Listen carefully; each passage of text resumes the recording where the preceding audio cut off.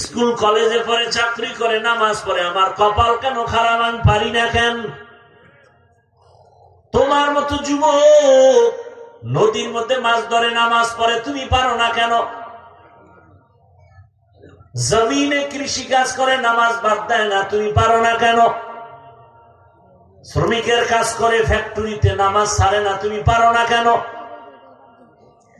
ও মা, আপনার মতো কত মা, কত বোন এই অঞ্চলে আছে, এখনো পর্দা করে, নামাজ পড়ে, স্বামীর মাল হেফাজত করে, নাই? ভিন্ন মা বোনেরা কেন মার্কেটে দৌড়ায় নিজের জীবনটাকে নষ্ট করলেন? আপনি তো একা নষ্ট হন নাই, আপনার আদর্শ দেখে সুস্থ জীবন নিয়ে দাঁড়াবে আপনার সন্তান। গাছ ভালো হলে ফল ভালো হবে, মা বাবার আদর্শ ভালো হলে সন্তান ভালো হবে। এরে আম্মা জান, আপনার আদর্শ কেন সন্তানকে দিতে পারলেন না? আপনি ডাক্তারের মা হবেন, তবে আদর্শবান ডাক্তারের মা হন।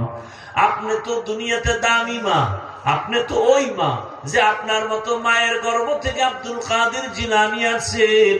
আপনি তো ওই ভাগ্যবতী মা যে আপনার মতো আরেকজন নারীর গর্ভ থেকে খাজা মাইনুদ্দিন আসছেন।